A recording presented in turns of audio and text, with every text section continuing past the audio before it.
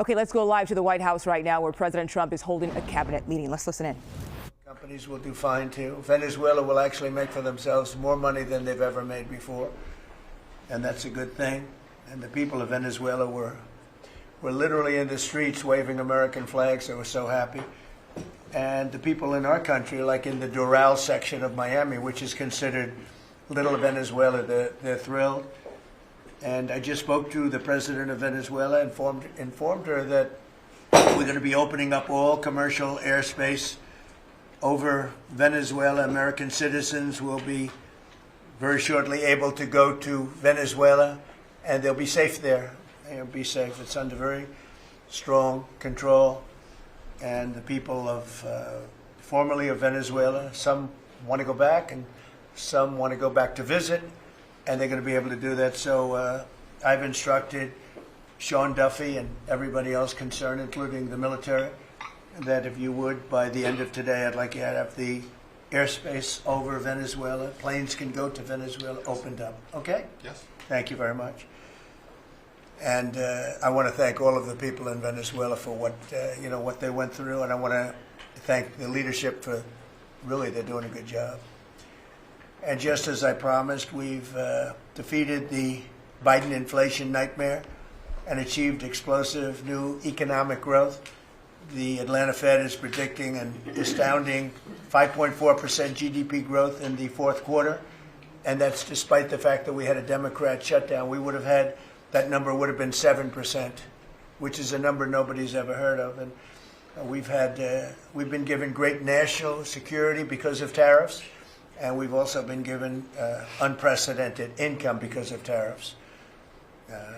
Part of the income that we gave, $12 billion, we gave to the farmers of our country, so that yesterday I was up in Iowa, and they were very happy, Madam Secretary. Yes, sir. They were very, very happy. They were great. Grateful. So the GDP growth in the fourth quarter was great, and it's going to be, I think we're going to have an amazing and incredible year. Hopefully we won't have a shutdown. We're working on that right now. I think we're getting close. The Democrats, I don't believe, want to see it either. So we'll work in a very bipartisan way. I believe not to have a shutdown. We don't want a shutdown. And just yesterday, the S&P 500 hit 7,000 for the first time ever. There's never been any time at which it's done like that. And the other stocks also, I think it was 52 times for the Dow, had hit a record high. But the 7,000 was not a number that was even thinkable if you go back a year ago. So S&P hit 7,000 for the first time ever. The stock market has set, it's actually 53 all-time record highs since the election, adding $9 trillion in value to savings, retirement accounts, and 401ks. And I mean, everybody benefits, but we have record stock markets. Companies have never done well. And most importantly, if you think about it, after 4 years in which Biden got much less than $1 trillion of investment into our country, it was taken over 11 months, even though we're 12 months. In 11 months, we've taken in more than $18 trillion. So they did less than $1 trillion, Scott, in a period of 4 years, and we've done $18 trillion in less than 1 year. So there's never been anything like that. No other country has done those numbers, by the way, in history. 10 years ago, one country did $3 trillion. No other. We did $18 trillion. Is being invested now. Thousands of businesses, plants, equipment all over the country are being built right now. And they're going to be opening pretty soon. And when they open, you'll see numbers like nobody's ever seen before. The economy is doing amazingly well. I wish the press would report it, but people are finding out. They're seeing it. It's coming. It's becoming pretty evident. It's hard to hide. Biden inflation, which is really stagflation, cost the typical family $34,000. Think of that, $34,000. But after 1 year, growth in real incomes is outpacing inflation by more than $3,000 under Trump. So one cost $34,000 and one made $3,000. That's a big swing. Gasoline has plunged to think of this, over $4 a gallon, depending on where you are. In California, it's $7, $8 a gallon. While I was in Iowa, and they had $1.85, because I had it at $1.99 a gallon.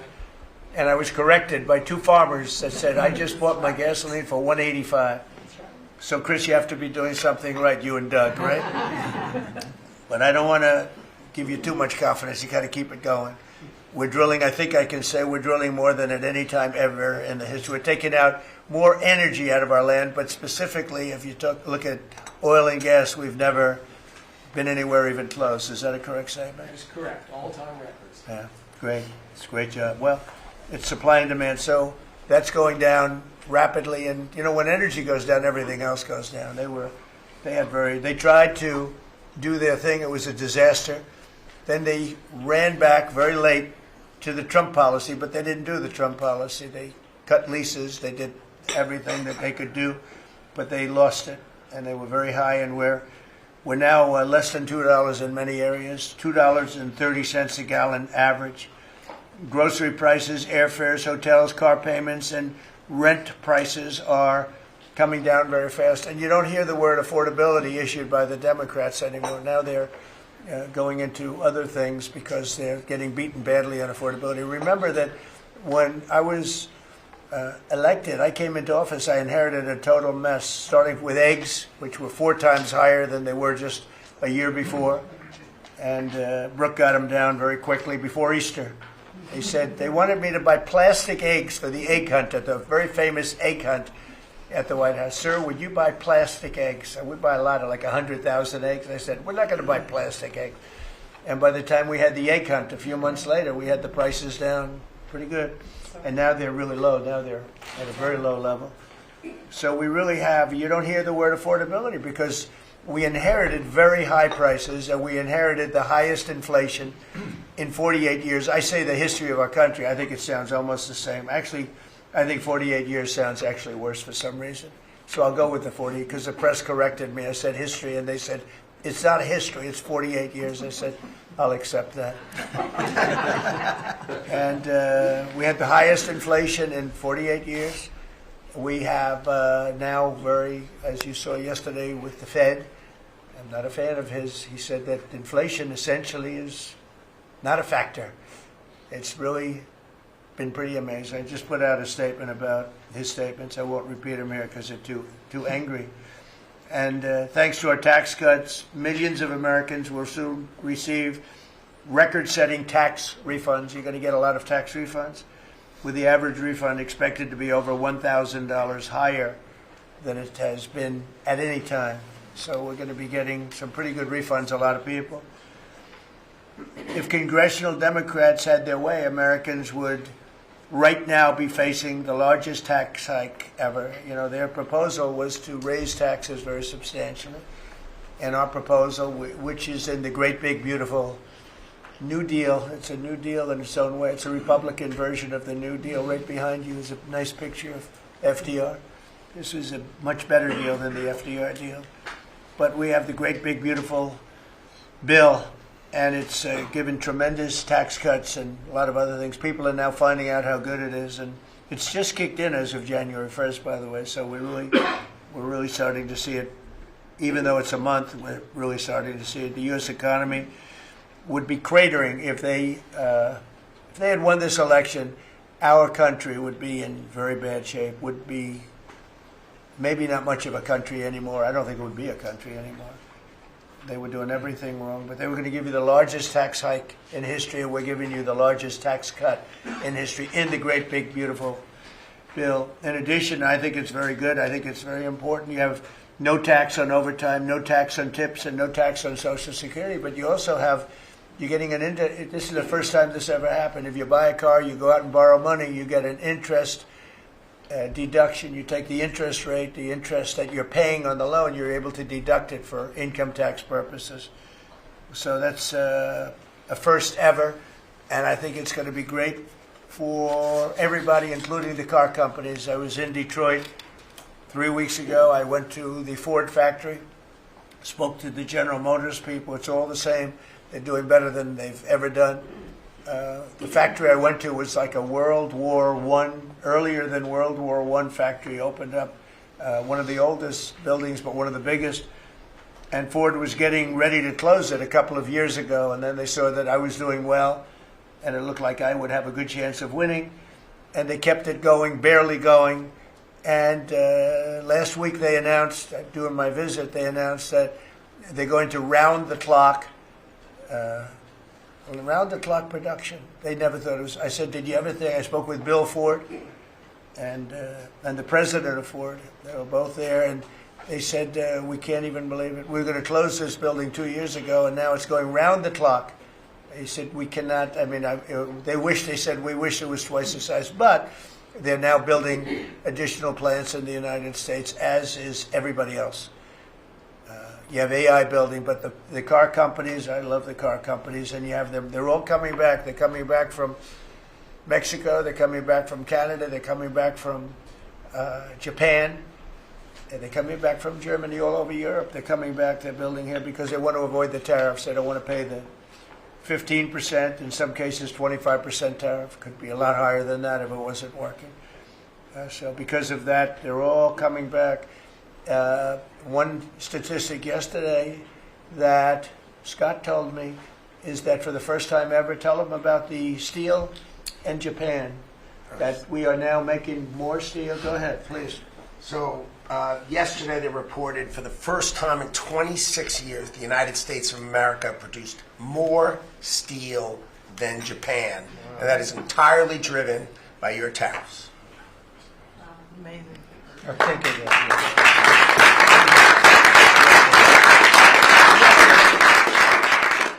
He obviously said that much better than I did, because I got no applause, and I'm giving you home run after home run. He says one thing and everybody else. I should have saved that one for myself. No, but think of it. First time, and they read almost 30 years, but I guess it's, 26, 27 years, that we are now producing more steel than Japan. Japan being a big steel producer. Japan and other countries really took our steel production away from us. Now, if you think of this, 3-4 years ago, the steel companies were all closing up. We worked a fantastic deal with U.S. Steel. We saved U.S. Steel. And now it's all coming about. But and that's just the beginning. There are a lot of steel plants right now being built. So that's an amazing number. Nobody would have believed that. If you would have said that 3, 4, 5 years ago, people would have said, yeah, it's not a true fact. But so it has to be true, because otherwise you question me on everything. I have to be extremely accurate. I don't exaggerate it. I don't want to exaggerate, because you will call me. You don't call other people, but you would call me under my most favored nation spot, which I think is the most important thing, Bobby, of all what we've done, because we're bringing drug prices down by 80, 90%, depending on the way. You could say 5, 6, 7, 800%. Depends on the way you want to calculate it, right? But let's go the old-fashioned way. But drug prices for prescription drugs will be down 80, 90%, 75%, 68%. They've only gone up for years and years and years. They've only gone up, and now we're going to have essentially the most favored nation. We're going to have the most favored price in the whole world. Whatever the lowest price in the world is, that's what we're going to pay. And I don't want to go into a big deal, but nobody else could have gotten this but this administration. I'm being very nice when I say that. The cost of prescription drugs is coming down by a number that was never even thought of. This will have a huge impact on healthcare, by the way, because obviously drugs are a big part of healthcare, and it will help repair some of the Unaffordable Care Act's damage that they've done, because the Unaffordable Care Act, which is Obamacare, it's unaffordable. It's not affordable, and it's a disaster. And hopefully we will be paying money directly to the people instead of giving the insurance companies the money. They'll go into a healthcare savings account or whatever it is. But think of it. We pay the money, billions and billions, really trillions of dollars going to insurance companies. We want that money to go to the people. They buy their own health care. And it's so popular. The problem we have is the Democrats are owned by the insurance companies. They're literally owned lock, stock, and barrel by the insurance companies, and they hate it. But the people love it, including all Democrats. So I think perhaps be successful with it. But it was an idea I had. You know, I read the papers, and I'm reading one of the stories about the insurance companies, how much money they're making, where they received, billions and billions of dollars for this stuff from the United States of America, and their stock has gone up by 1,400%. Think of it, 1,400. One went up 1,700%. Numbers went up. If you go up 1,000%, you're doing bad in that business, right? And it's all because of the money. Not all, but mostly because of the money the United States pays the insurance companies. They say, this is big stuff. And I asked somebody, why don't we just pay the people directly? And they said, that's a good idea. You know, it's funny, it's a very complicated business, but actually it's not so complicated. And I went to Bobby and I went to Dr. Oz. I said, can I talk to you guys about this? Is this the kind of money the insurance companies get? Yes. Why don't we pay the people directly? And the primary answer was that the Democrats will never go along with it. But the people go along with it because I put it out. It went viral. It went viral. Susie, I went all over the place. It became the biggest story. I just said it. And so I think we have a great situation if we can do it. But if you think most favored nation policy for drugs will bring your drug prices down at levels. So now if they're selling a pill for $10 in London and $130 in New York, the London price will go up to $20 and we'll go down to $20. So we'll go from 130 down to 20. And by the way, tariffs did it again because the drug company said, we'll do it begrudgingly, but they were okay. But we'll do it, but no nation's going to approve it because even if you raise the price by, like on a pill, $10 to $20, you're doubling the price of their prescription drugs. I said, no, they'll do it. And when I got them on the phone, I said, if you don't do it, we're going to charge you very substantial tariffs, more money than that's going to cost you. And they said, we'll do it. And before, I don't know that any other president even tried to do it. We can't find it. But if they did try, they wouldn't have gotten through the companies. They wouldn't have gotten through the company, and then they wouldn't have gotten through the country. I spoke with Macron. He was the first one. He was not at that time wearing sunglasses. And he said, no, Donald, I will not do this. I will not. I won't even consider. You're asking me to double the price. I said, you have no choice. You have to do it because you guys have been ripping us off. In other words, the whole world, we've been subsidizing the whole world on drug costs. That's why. They were $10 and we'd be at 130. As an example, there were many examples. I could give you examples even worse. He said, no, I will not do that. And I said, yes, you will. 100% you'll do it. He said, no, I won't do that, Donald. You're asking me to double the cost of our prescription. We will not do that. I said, look, you've been ripping us off now for decades. We're not going to do it anymore. You can do it under Biden and Obama and other people. You're not going to do it under us. We won't do it. I said, well, if you don't do it, I'm going to charge you a 25% tariff on all of your wine, champagne, and everything else you sell into the United States. He said, like I said, I will do it. And that was the end of the conversation, right? That was the end of the conversation. So now we have favored nations that everybody said would be impossible to get. And I then had the same conversation with 15 other countries. Every one of them agreed. After a short conference, they all said no. And then within a matter of seconds, they said, we would be very happy to do that. Thank you for asking in such a nice way. All right, you've been listening to President Trump at the White House there during his cabinet meeting. He spent a good amount of time talking about the economy, saying he is working to bring down costs. Right now, let's go live outside that meeting to CBS News White House reporter Willie James Inman. Willie James, good to see you today. What stood out to you so far from what we've heard from President Trump at the White House? Hey there, Mugo. Good to see you as well. Now, as you and I both know, these meetings that Trump has, these cabinet meetings, typically could go on for over an hour, and the president is just getting started, essentially outlining what he sees as accomplishments in the first year of his second term. This cabinet meeting being the first cabinet meeting being held after that 1 year mark for the president's second term in office. He mentioned a couple of things, giving himself and his administration a pat on the back so to speak. But he also, at the top of this meeting, talked about opening Venezuelan airspace to commercial traffic, essentially meaning that Americans or people who are from Venezuela could perhaps return to visit family or return to that country. We'll, of course, ask more questions about how that will happen. Remember, there were certain restrictions over the airspace of Venezuela put in place for that U.S. military action that took place earlier this year. On top of that, the president mentioning that hopefully we won't have a shutdown, at least a partial government shutdown, because remember, Democrats have pushed back on DHS funding for the fiscal year, saying that what would happen would be that part of these spending bills that are all lumped together would be taken out, and they could vote separately on funding for other parts of the government and then vote for a continuing resolution, current funding, so to speak. In D.C.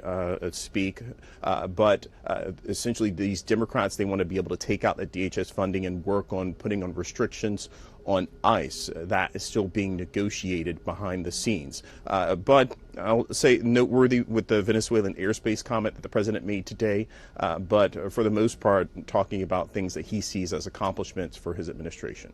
Yeah, and Willie James, you mentioned the DHS, and we can't really see all the people in that room with the president, but obviously his cabinet members are there, and this is the first time that the president is with DHS Secretary Kristi Noem amid calls for her to be replaced or for her to resign.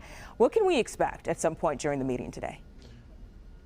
Yeah, and for our viewers at home, there's typically at least two TV cameras, sometimes multiple cameras in that room, but two different feeds that we have. You see the second feed there, that's a cuts feed where you show other administration officials. You have a head-on cam that typically focuses on the person that is speaking, most often the president of the United States. And we did see Kristi Noem in that meeting along with other cabinet officials. Look, the president has consistently said that he essentially supports Kristi Noem because of what she's done at the border. We, of course, know what happened in the past couple of days, the misleading messaging coming from not only Noem but other officials after the shooting and the death of Alex Preddy this past weekend. But the president still expressing confidence in Kristi Noem. Typically, what he does with these hour or 2 hour long cabinet meetings, he goes around the room and gives everybody a chance to talk, to speak, and we'll be watching closely to see whether or not the Homeland Security Secretary speaks as calls grow from Republicans and Democrats for her to step down from her position. Okay, Willie James Inman outside the White House for us today. Thank you so much. And as we mentioned earlier, President Trump is holding his meeting with his full cabinet right now. We will continue to monitor that and see if he takes any questions about this, and we'll, of course, bring it to you as soon as that happens.